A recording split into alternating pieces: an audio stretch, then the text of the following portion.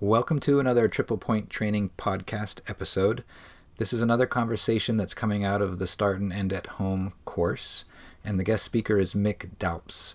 Mick has worn a bunch of hats in the outdoor education, safety, rescue sectors, and specifically she's going to talk about her experience on Denali as a ranger, Park Service ranger, and about creating the ideal group dynamic. And so it's insights regarding leadership and vulnerability and how to set yourself up for success in a trying environment, and specifically for her, as you'll hear in the story, even when things go wrong, how to be really well supported by your crew, how to support your crew in return.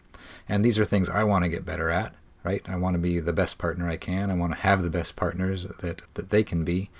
And so I was excited to have Mick come in and talk about this topic. Okay, let's jump in. I'm psyched to have Mick in here. She's going to focus on leadership and vulnerability, and she has a really awesome background to bring perspective into that. And Mick has an introduction built into her presentation. Well, my name's Mick, and I really appreciate being here. Like Luke said, my main message, and just to be really upfront about this, is really that I believe after my experience in life, which I'll tell you a bit about, and the research that's out there, that for a team of people, whether it's like a trip or at work or your friends, anything, like for a team of people to feel really comfortable and to thrive and to perform as best they can and to have like regulated nervous systems is for the leader to open the door with vulnerability and to show that they might not have the best idea. They could be wrong. They're okay talking about things. Anything is welcome. There are times when leaders just need to make decisions and I believe in that, but I don't think that's often it's not often that emergent that something needs to get decided right now. And including people and making people feel comfortable that they are just as important and valued and they belong is like the key to success in life. So I'm going to talk about this through a story. And before I get there, my background right now, I'm an avalanche forecaster for the Chugach National Forest Avalanche Center. I live in Seward, and my team forecasts for the Chugach National Forest in the south central area of Alaska. And I just started doing this job last year. And I was not a mountain snow machine rider before getting this job. So this was my first day mountain riding, which I've come a long way, but man, it's a challenging sport. So I grew up in Minnesota. My sister and I built some snow people in our younger days. That's how I started getting familiar with snow. And then I went to college in Boulder, Colorado. I studied environmental studies and geography, and then went straight to ski patrolling. And I worked at Arapahoe Basin in Colorado for 5 years. And then I moved to Alaska and worked at Alyeska for about 8 years and worked in Avalanche Dog, the Suzuka. I worked for the Alaska Avalanche School, teaching mostly recreational level 1 classes. While I was doing that stuff in the winter, I was teaching for the Outward Bound School in the summers, taking 16 to 18-year-olds mountaineering in Alaska, mostly on the Kenai, and sea kayaking. They were mostly 22-day trips of sea kayaking and mountaineering. And that's generally my background. Then eventually I started working for the Park Service, and I started at Kenai Fjords out of Seward and then transferred to Denali National Park, where I worked as a mountaineering ranger for 4 years. And this is a picture of definitely the most exciting thing we did, which was short haul below a helicopter, which is a really effective tool to rescue people who are in a spot that we couldn't get to them. So that's my background. And the trip I want to tell you about to illustrate my message is when I was working for Denali, I was basically also starting a family at the same time. So I had a very young child. And then while I was there, I was pregnant with my second child. Then I was breastfeeding, then having a young kid. So my track to becoming a fully functioning ranger was a little bit slower. The rangers up there we do patrols all over the Alaska Range, and they vary in length of trip. But the big one that we do every year is about a 3.5 week trip up the west buttress of Denali, patrolling the mountain and educating and assisting climbers as they need it. And our job is to rescue, we only rescued people that had an immediate threat to their life, limb, or eyesight. Basically, there's like 1,100 climbers on that route. Maybe some of you have climbed Denali. Has anyone climbed Denali? Probably some of you have. No, I'm okay. Yeah, Luke's been up there. I saw Luke up there actually. So there's 1,100 people on this route. It's not very technically difficult. It's an Alaska grade 2, but there's a lot of people on this route. And so a lot of people end up needing help, but we don't have the resources to help everyone. So that's why it's the immediate threat to life, limb, or eyesight. So that's our job up there. And I didn't do one of those patrols until my last season because of the having kids and having an infant and breastfeeding. So I was really excited to get up there the last year I was there. And the way that this trip worked was I was technically the lead of the trip.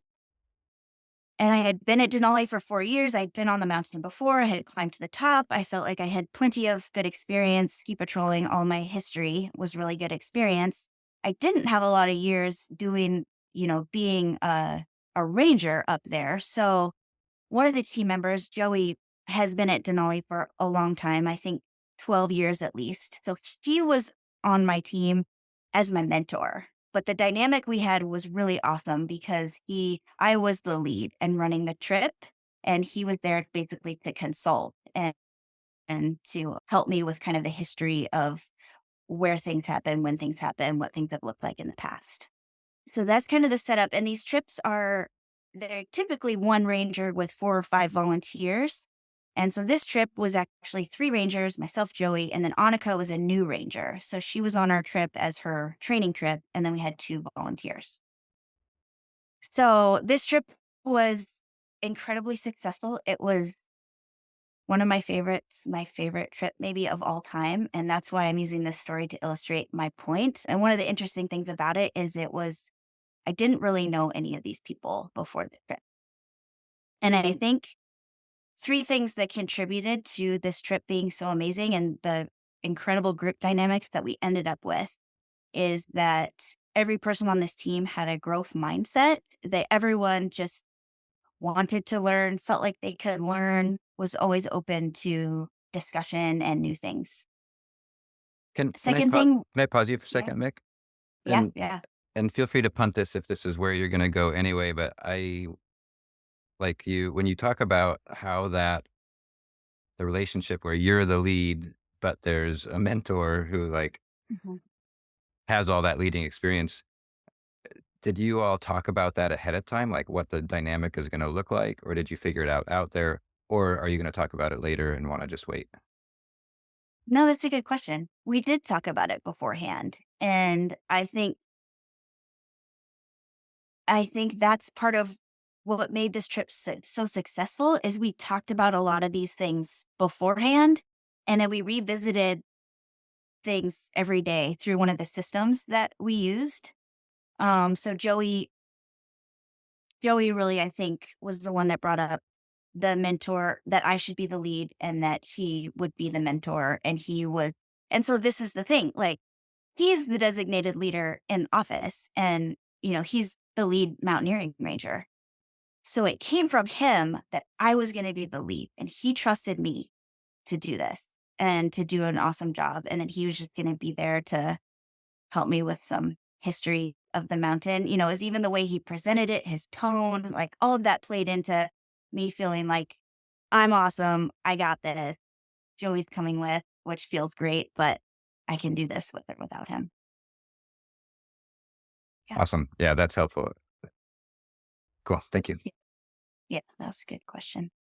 So we fostered open communication in a bunch of different ways that I'll talk about. And then number 3, so number 1, growth mindset, number 2, open communication, and number 3, we had a bunch of different systems that we used that I think help. I'm sure you all have probably already talked about human factors and biases that our brains are constantly trying to take shortcuts to be efficient in our day. Have you talked about this, Luke? That's actually coming up in a couple weeks. So far, we Okay. don't make any biases and we make really good decisions. That's okay. Okay.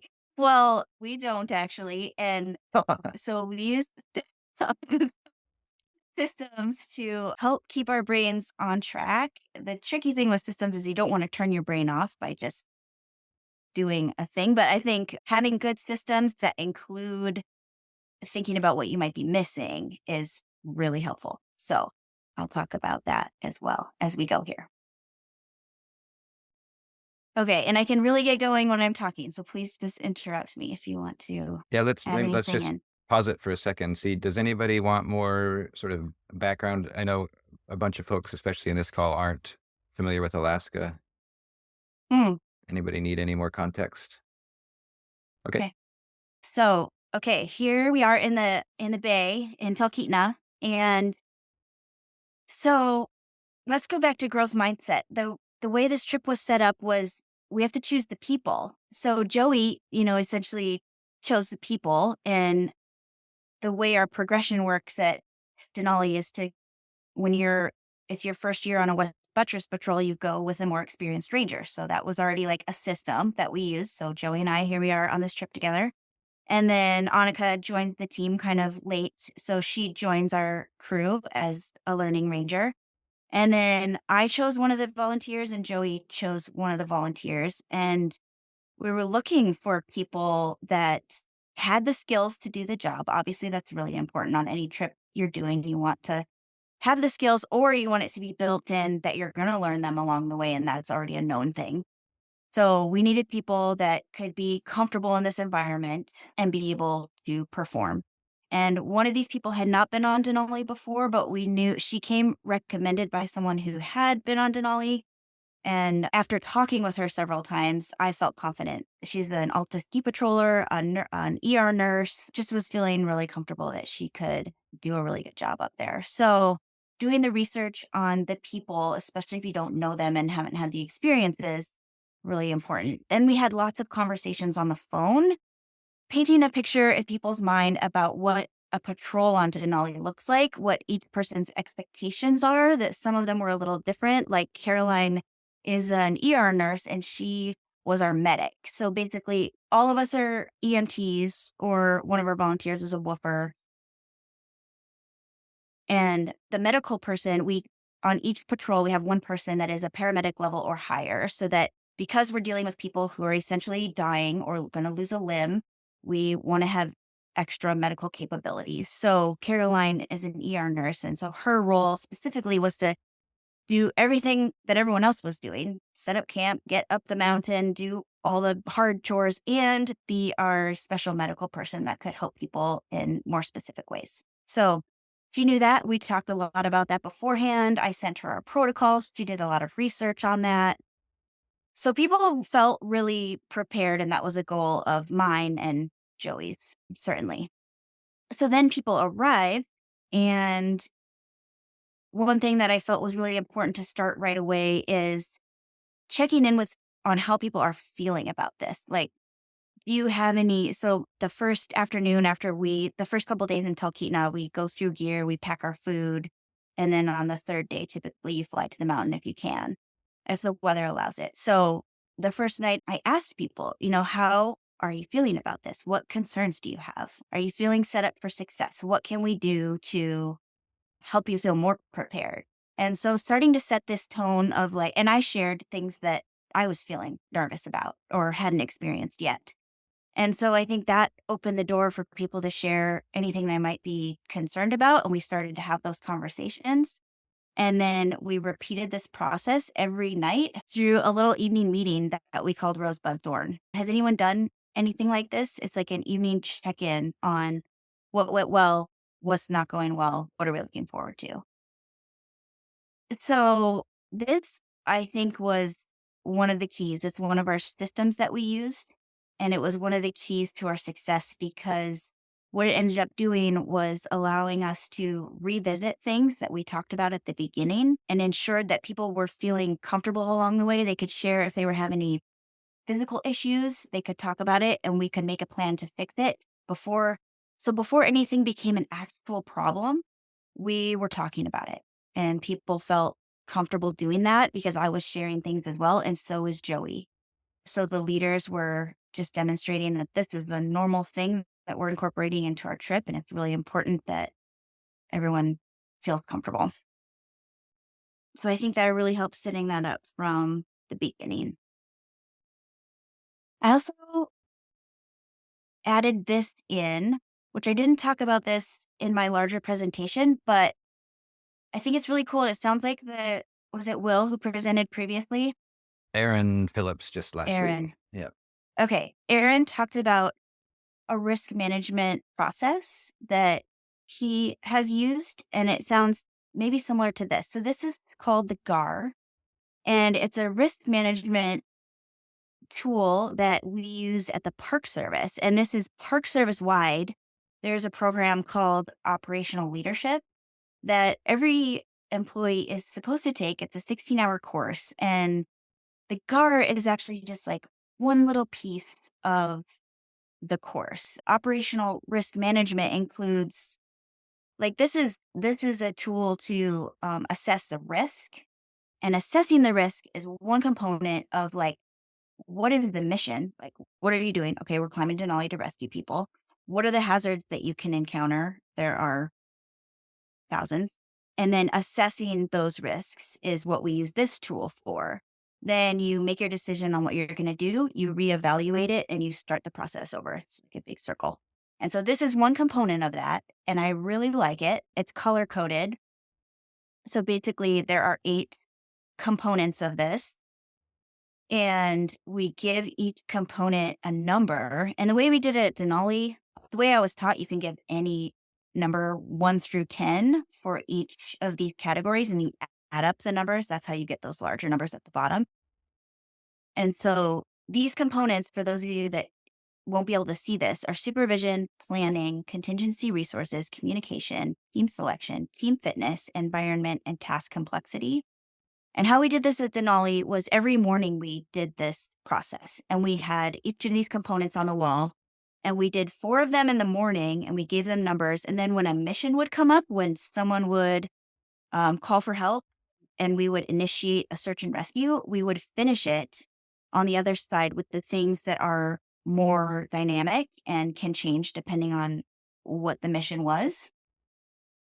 And we gave them numbers 1, 5, or 10 because we found that simplified the process of making a decision. It just made it faster. So a 1 was like, I have no issues with supervision. The supervision is good. Like there's either a supervisor that's coming with, or they know what we're doing, and there's enough people that have enough experience going on this mission. A 5 means I have some kind of concern, and then we address things that is there any way we can mitigate this concern? Maybe there is, maybe there isn't. Doesn't mean the mission is not going to go.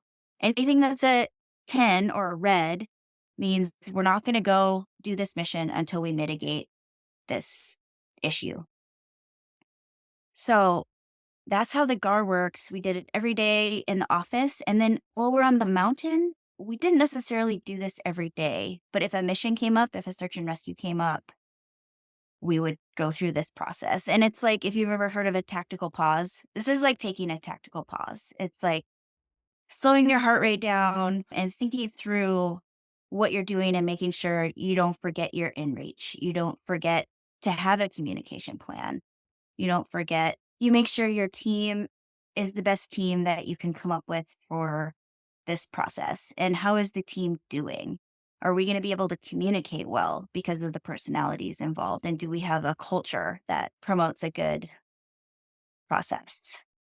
Do folks have thoughts or familiarity with this? I want to add something. I think you'll appreciate this, Mick, that when Aaron talked about this from the Air National Guard perspective, it's very similar with some different categories. And then they have some pre-assigned points for their different elements of their missions, like because they're doing the same thing, like landing on snow or running the hoist or something. So Yep. that's where their points. So then you don't have to worry so much about like, is this a 7, a 6.5? And then after that, they would take the top 3 point entities, whatever they were, whether it was team or equipment or whatever, and then write Mhm. out the mitigation plan for each of those.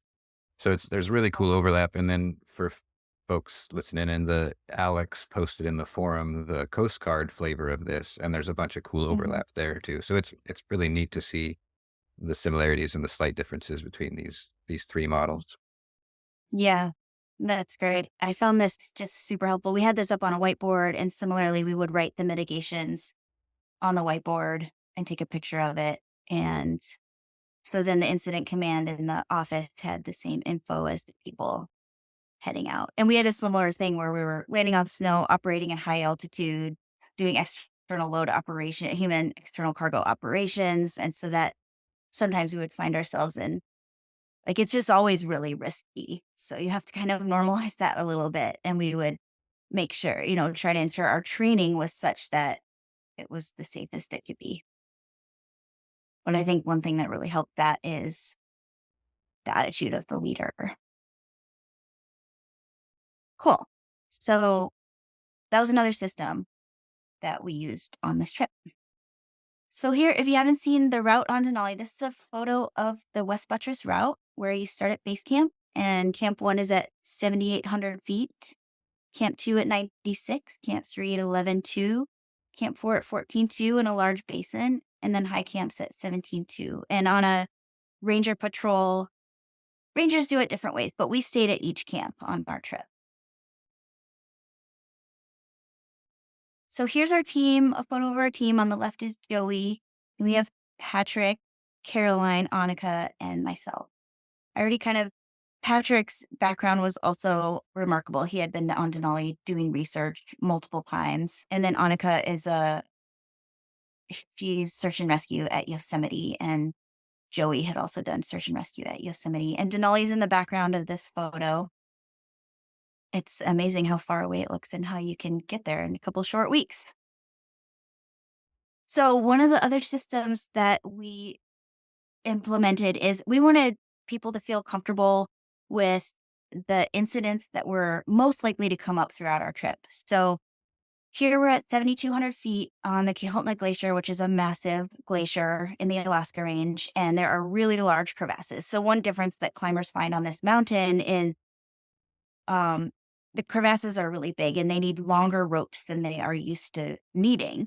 And the most likely thing for us to encounter in this first part of our trip as we make the approach to the upper mountain is a crevasse fall. So we want to make sure we feel comfortable as a team being able to rescue ourselves. And then we want to make sure we could rescue other people. And we all had individual experience. We had done this many times, but not together as a team. So that was really important to us. And we did that at base camp. We spent 2 nights at base camp as part of our acclimatization, which the science behind acclimatization is the recommendation is not to sleep higher than 1,500 feet per day and take a rest day every 3 to 4 days. So it took us about 8 days to get to the camp at 14.2.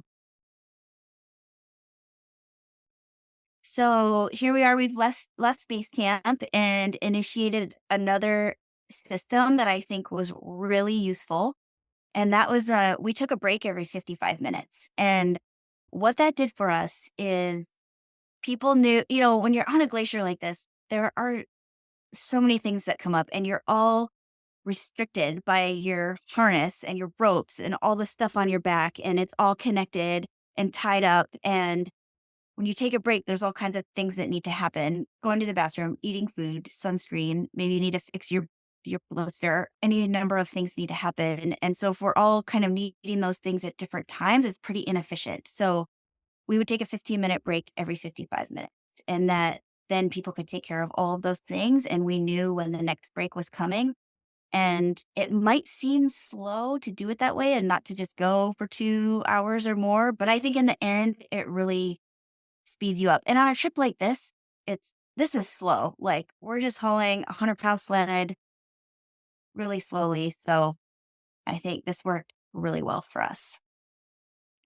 I'd be curious to hear a little more about that because I'm always afraid. Like some folks in this course will probably plan a trip and they'll have each camp like this is where I'm going to spend each night of the trip. And then Mhm. sometimes I see that and I think about the trips I've done and we wouldn't have been able to match that schedule because we get surprised by weather or we're going faster or slower than we expect. Mhm. And so I'm Mhm. often thinking about the balance between sort of restrictive planning that sort of that forces commitment versus planning that makes us more resilient. And Mm. I would have put like blocking this out, we're going to take a break every 55, whatever. I would have thought that might felt a little bit more of the like restrictive, but so I'm curious to that wasn't to your experience. Not for our I feel like what I've noticed can happen is they'll need to take care of something, like, they'll be really hungry and maybe they didn't put the snacks in their pocket, or they'll need to go to the bathroom and they don't want to speak up. They don't want to be the one to slow the teen down, or they'll have a hot spot and not say anything because there's some sort of unsaid pressure that we have to get to this place before the weather, but if you don't take care of that blister or you don't take care of your hunger, that just ends up making a big snowball down the road. So, I'm sure there's lots of ways to do this, and it's not everyone's style, but for this type of trip, it worked really well. So I guess let's flesh that one out. If somebody has recognizes the hotspot at minute 10, do Mhm. they feel comfortable saying stop, or are they going to try to wait until 55? Yeah, so that's the other piece of this. I think we also said we could stop at any time if people need to take care of something. We don't want to a hotspot to get out of control, for example. And we did adjust this a little bit, like, especially because of terrain. Like, if there was the hill coming up and it was almost 55 minutes, you'd either decide, like, do we just wanna stop now, or are people feeling like they could make it to the top? And we would make that decision via our radios, while we were on the move. Nice. But, yeah, does anyone have other thoughts on that? I'm curious. I was just gonna say that a lot of times we'll do planned breaks and beyond, like, I have something I have to take care of, it's like, "Oh, we're taking a break, I might as well eat a snack," or, like, "I might as well take care of this," as opposed to, like, I'll eat a snack when someone else decides to take a break, forces you to take care of yourself, even if you're not necessarily, like, feeling the urge to, if that makes sense. Yeah. Yep. And that's yeah, I've totally been there, and that's what I would do if we didn't have this system, and there were some people on this trip that had really never done this before. They're like, "Wow, it never occurred to me to, like, have regular breaks," and they really liked it. So it's an option to consider. There are a couple questions in the chat, so let me feed these to you. Alex is wondering. So Alex is coming from Coast Guard. He's wondering the systems that you practiced, like the crevasse system slide that you showed. Mhm. Was that practiced thoroughly in the front country before the trip, or was it all in the field? All in the field. We might have, like, ascended a line in the garage. If we have time, we try to do that. But otherwise, we rely on people to practice that before they come, and then we do it at base camp. Thank you. And Mhm. then Dimitri says, when you're by far the most experienced person in the group, maybe in a guide role, how do you go about openly discussing the options when you're deciding the course of action in emergency? So my interpretation of this, and you can correct us if I'm wrong, Demetrius, is like, how much do you let everybody chime in when you are the one that really has the most experience? Think it depends how much time you have. It sounds like the question is based on, like, the urgency.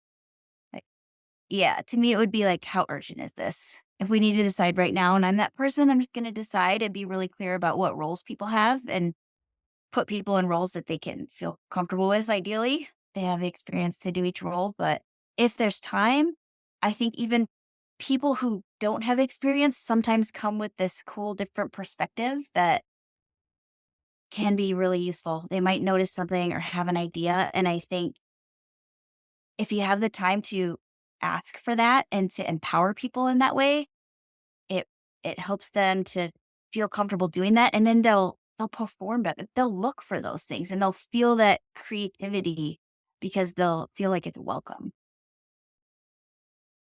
I think that's a great answer. If you have time, it can be an awesome learning experience for Mhm. everyone. Everyone. Not I was going to say for the newer folks, but for the lead as well. And then Jay has a couple questions. I think one of them will be a good sort of summary. But How about this one? As a leader, how do you navigate the line between vulnerability and confidence in a stressful Yeah. operation? And I and Oh you my might God. want to punt this too, because I know I kind of know where your story's going, but maybe you want to touch on it now. Yeah, it's such a good question because it is important. And Brene Brown's research on vulnerability, I mean, she does say that it is important not to be too vulnerable. You don't want to be, yeah, because you want people to trust. You want to build trust. Vulnerability does build trust, the research shows, as long as it's not, it's kind of like, have you ever had a friend who is like overshared? If you're someone who overshares too much, that sometimes for me is like, oh, that's a little too much. This is not comfortable. So, but it's about finding that balance. And so, yeah, it's a great question and one that I really tried to find the line on this trip of like, I wanted, this was my first West Butchers as a lead. So I wanted these people to trust me, but I also wanted them to all feel included because I didn't feel like I had all the answers. Like I can make a decision and I've done this before and it'll probably work out. But as a team, I think we're stronger. So, and I think I did find it.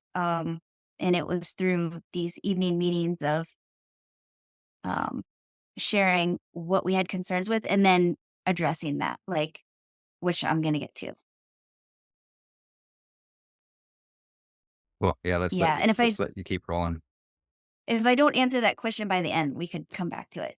I think that's, yeah, the key, one of the keys. So this is Camp 1 at 7,800 feet. And here's our kitchen there. I think we initially also started out, one of our systems was like, because we had never been on a trip together, we assigned roles for like who was going to cook, who was going to clean, who was going to set up. Those things were pretty clearly defined the first couple days. And then as we got into the trip, we didn't need to talk about that as much.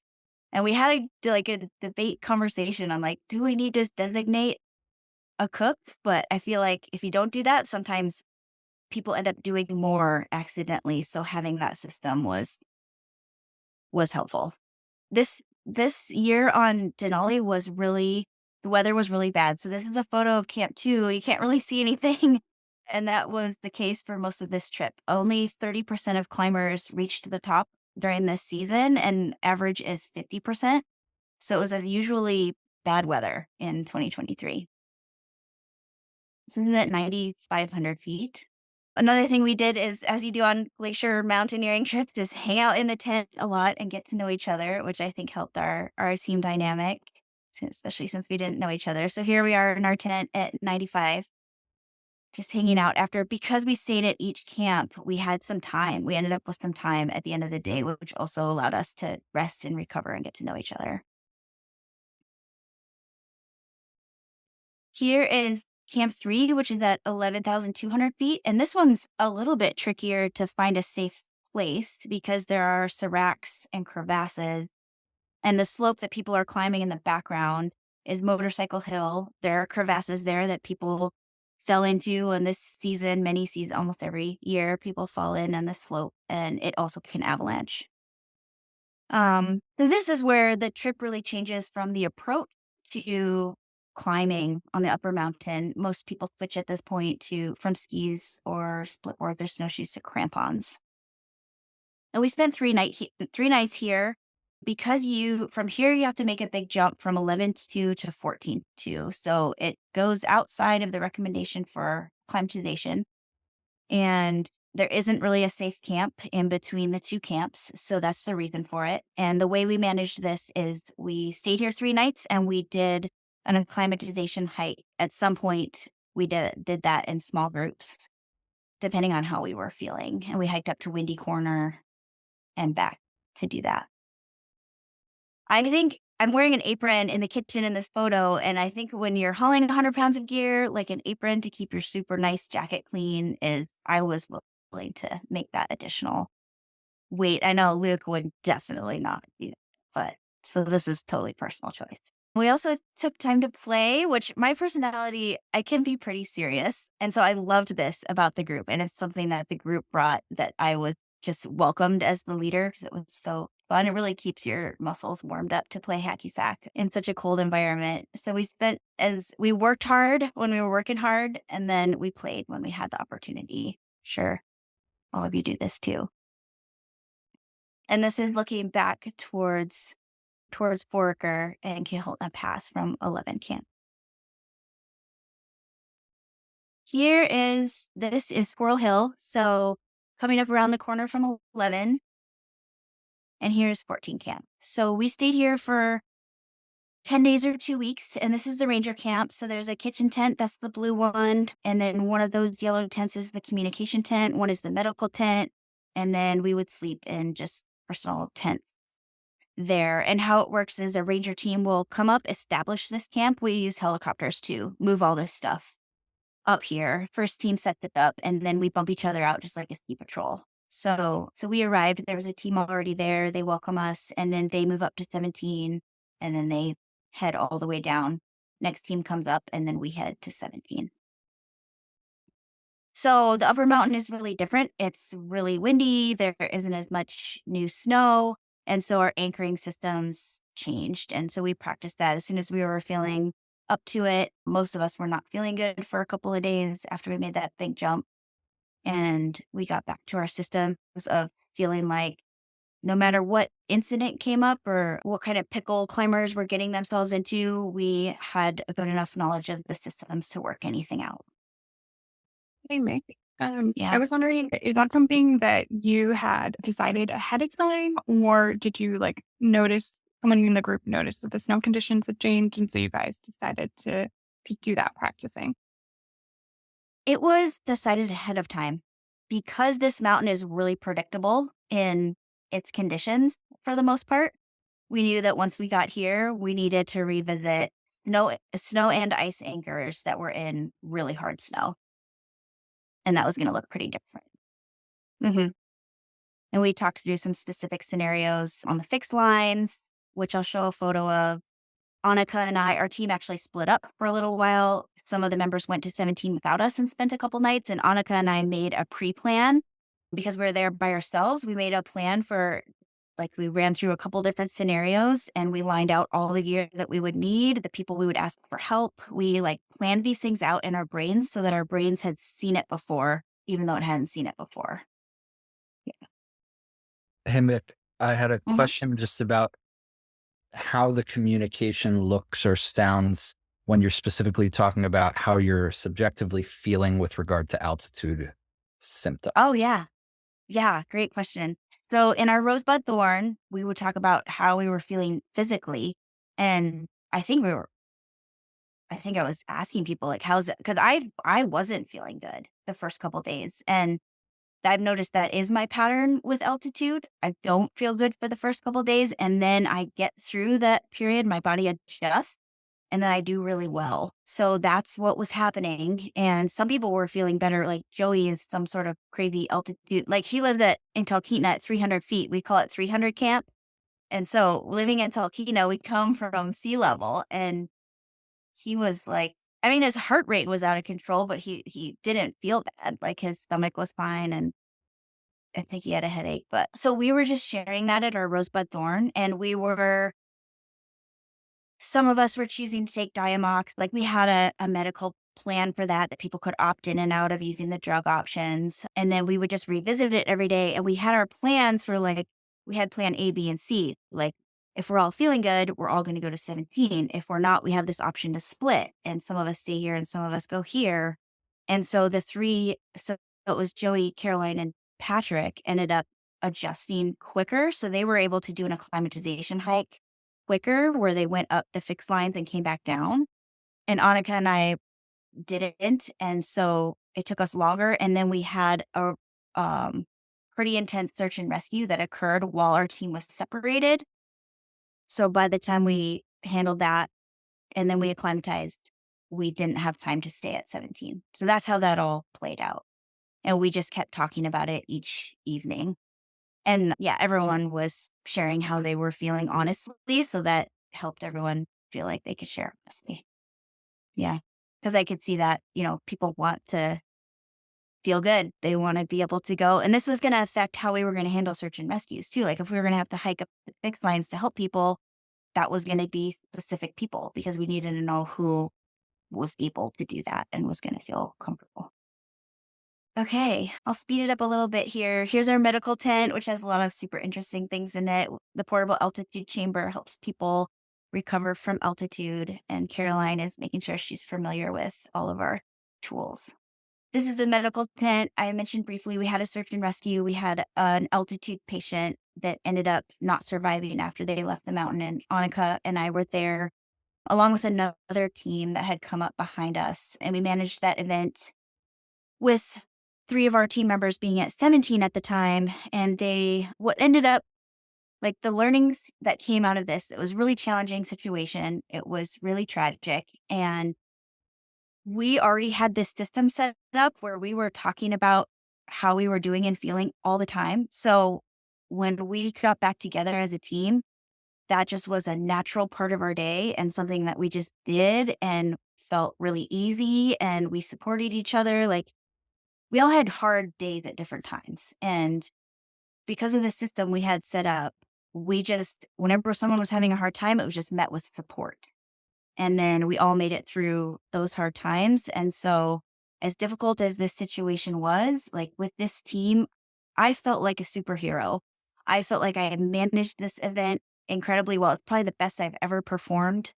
And, unfortunately, the outcome wasn't what we hoped, but that was because of the medical condition. It wasn't because of how we handled it. So, yeah, I think this is just an example of you can do your best when you feel your best. I included this, which is a whole nother talk. This is the stress continuum, it's a resilience program that Denali uses. We use it at our forecasting team where we introduced it to the Alaska Avalanche School this year. And this is a color-coded way to share how your stress level is, creates common language. And I know Luke has a whole podcast on this program. So I won't talk Yeah, much about that. just folks can look up the Brooke Edwards episode, and that was from the course last year. Mhm. So here's the fixed lines. We did get an opportunity to go up to 17 as a team after things settled out from this incident. There's quite a few climbers heading up there. So it took a while. We had to wait a little bit. So we took some selfies. Annika and I are heading up the fixed lines and passing by some of the anchors there. This is the 16 Ridge, a photo of the 16 Ridge, and just the most beautiful part of the climb, I think. Just this beautiful ridge with massive glaciers flowing down on either side.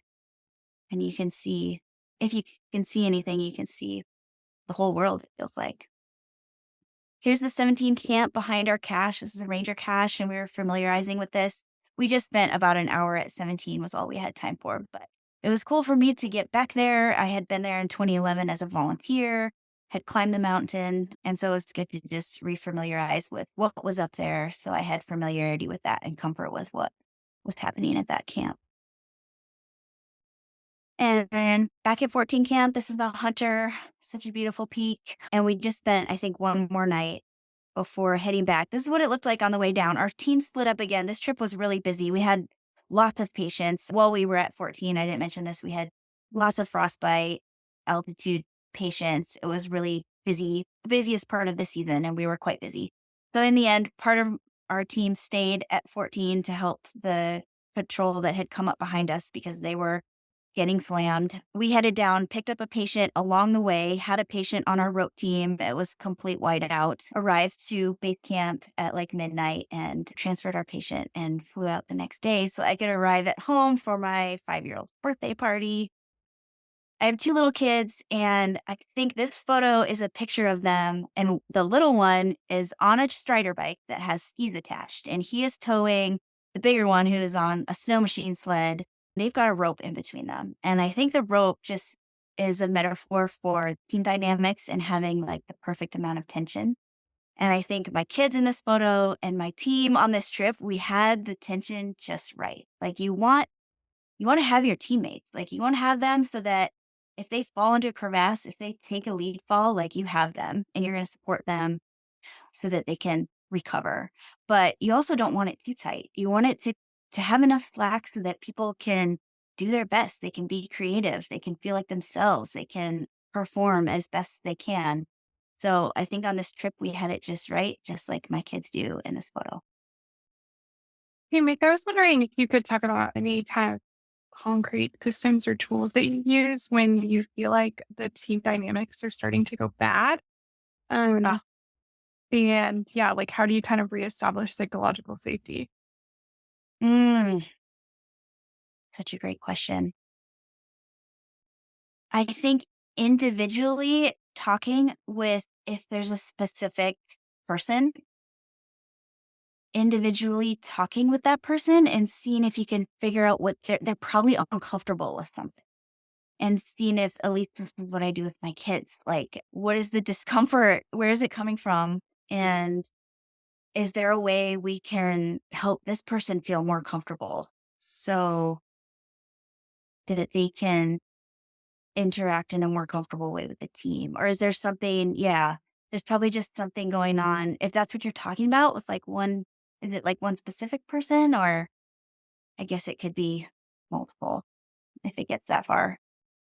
Yeah, I mean, I think sometimes people end up in leadership positions that they were kind of maybe not qualified for, and maybe they are not practicing, the techniques that you're, asking for. And I think one of the things I've struggled with is when the leader is the person that's Yeah. exhibiting that bad behavior and you're part of Yeah. that team.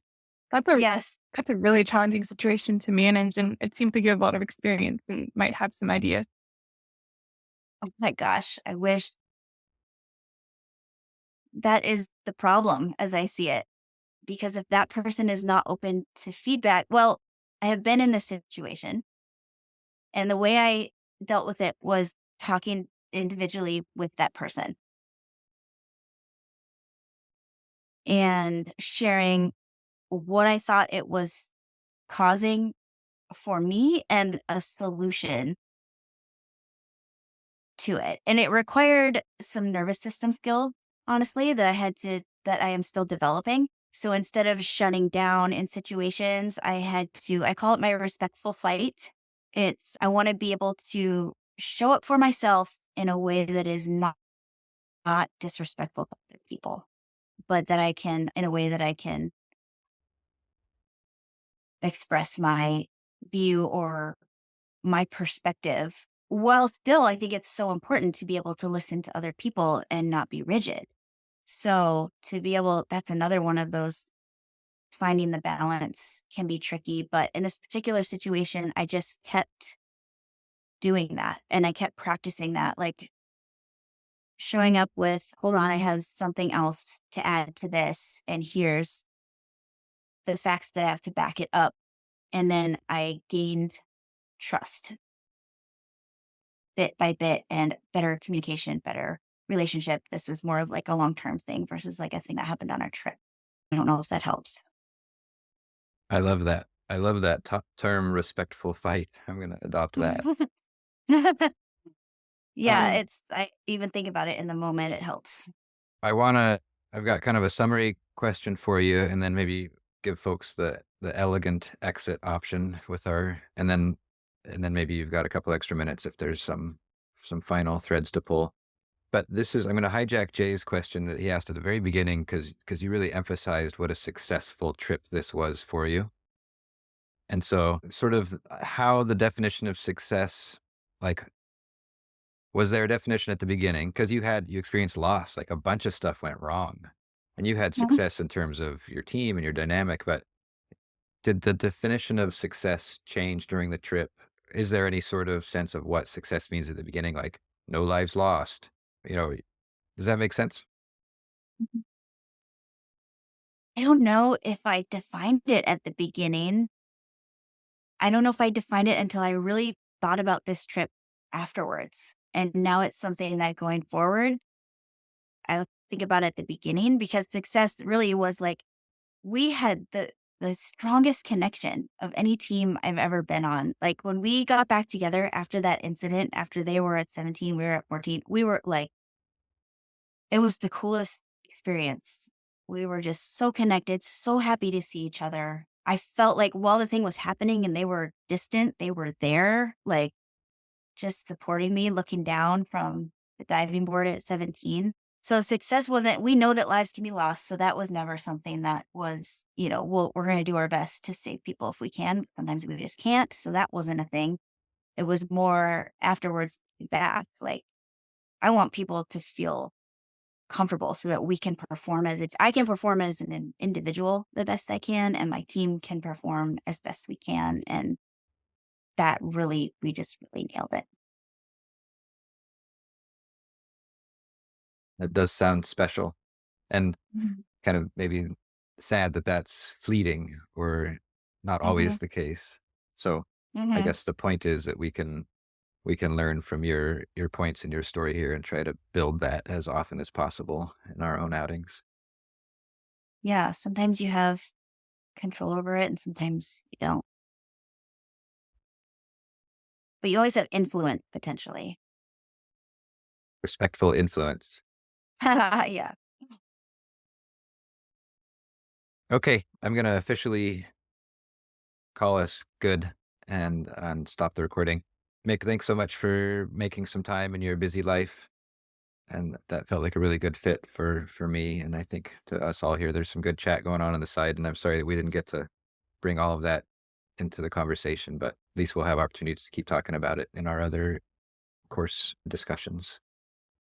I hope it was helpful. I appreciate being here. Thanks for having me. Cool. Thanks so much.